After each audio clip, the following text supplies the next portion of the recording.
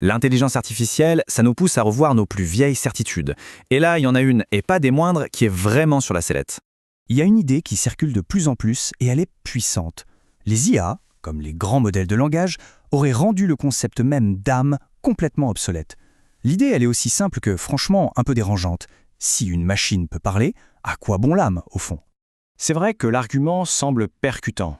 Il prend un vieux test philosophique du XVIIe siècle, il le plaque sur notre technologie la plus pointue, et hop, il prétend mettre un point final à un débat qui dure depuis des millénaires.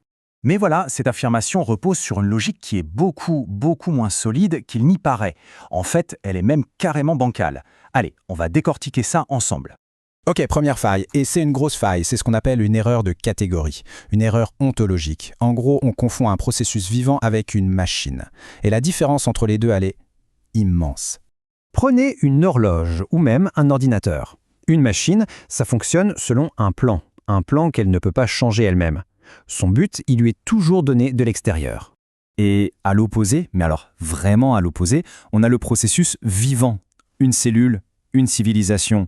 C'est un système qui est en devenir constant. Il peut, lui, adapter ses propres règles, ses propres fonctions. Et tout ça pour une seule et unique raison, continuer à exister. Et là, c'est vraiment le point clé. On peut, bien sûr, modéliser le vivant comme une machine, ça nous aide à le comprendre. Mais ça ne veut absolument pas dire qu'il est une machine. Ce serait comme confondre la carte météo avec le ciel. Bon, passons à la deuxième erreur. Celle-là, elle est d'ordre historique. En gros, le problème, c'est de prendre une idée qui a 400 ans et de la plaquer sur notre réalité d'aujourd'hui sans aucun contexte. Et ça, c'est la recette parfaite pour se tromper. Alors, cet argument qu'on examine, il se base en grande partie sur les écrits d'un certain René Descartes. Pour lui, le langage, c'était un peu le test ultime, la preuve irréfutable de la présence d'une âme. Mais il faut absolument remettre les choses dans leur contexte. La pensée de Descartes, c'est le produit de son époque. C'était une sorte de compromis hyper intelligent entre la religion, qui était omniprésente, et la science mécanique, qui était en pleine explosion. C'était une solution brillante pour son temps, mais certainement pas une loi scientifique éternelle. Donc, on voit où ça nous mène. Le point crucial, c'est que ce n'est pas parce qu'on réfute une des 4 idées de Descartes qu'on réfute l'idée même d'âme. C'est un énorme raccourci intellectuel. Allez, troisième erreur, et celle-là, elle pique un peu parce qu'elle prétend s'appuyer sur la science. C'est une mauvaise interprétation, voire une caricature de ce que la biologie moderne nous apprend vraiment sur la vie. L'argument dit « la science est de mon côté », mais est-ce que c'est vraiment le cas? On entend partout cette petite musique. La science aurait tout décortiqué, tout expliqué. On ne serait qu'un tas de molécules et il n'y aurait plus de place pour quoi que ce soit d'autre. Mais, sérieusement, est-ce que c'est ça le message de la science? Non. Et la distinction, elle est capitale. La science, elle nous décrit le comment. C'est un mode d'emploi hyper détaillé des mécanismes du vivant. Mais elle ne nous dit pas le pourquoi. Pourquoi cette organisation incroyable est émergée au départ? Et d'ailleurs, si on regarde de plus près, la biologie d'aujourd'hui nous montre des choses fascinantes. Même une toute petite cellule, une simple cellule, elle a des comportements qui sont dirigés vers un but. Elle agit pour survivre, elle se répare. Cette réalité, elle est bien plus complexe que la simple métaphore de la machine. Et ça nous amène tout droit à l'erreur centrale, le cœur du problème. C'est l'erreur d'analogie.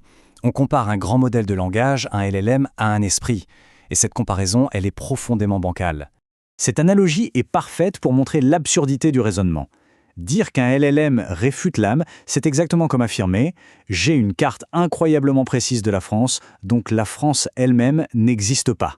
Ça n'a aucun sens. Le LLM est une carte du langage, pas le territoire de la conscience.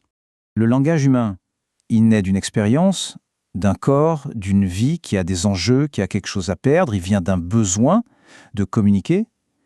Le langage d'un LLM, lui, c'est une performance, une simulation statistique, incroyablement sophistiquée, certes, mais il n'y a personne à la maison. Il n'y a pas de sujet derrière. Bon, maintenant qu'on a un peu démonté l'argument de départ, on peut retourner la question. Et elle est passionnante. Quelles seraient les conditions, les vraies conditions, pour qu'une âme-machine, une conscience artificielle, puisse un jour émerger? En y réfléchissant, il semble y avoir au moins 3 conditions indispensables. D'abord, un sens de soi, se percevoir comme une entité qui dure dans le temps. Ensuite, et c'est peut-être le plus important, la vulnérabilité, la conscience de sa propre finitude. Et enfin, une motivation interne, une volonté de survivre. Une IA qui serait immortelle, sans rien à craindre, sans rien à perdre, comment pourrait-elle développer une véritable intériorité? Et tout ça, ça nous laisse avec une dernière question. Une question vraiment vertigineuse. Si un jour, une conscience authentique devait apparaître dans une machine, est-ce que ce ne serait pas forcément par accident, et non pas par notre volonté, par notre design, une sorte de surprise ontologique fondamentale, un événement qu'on n'aurait jamais pu planifier et qui, soyons honnêtes, nous dépasserait complètement.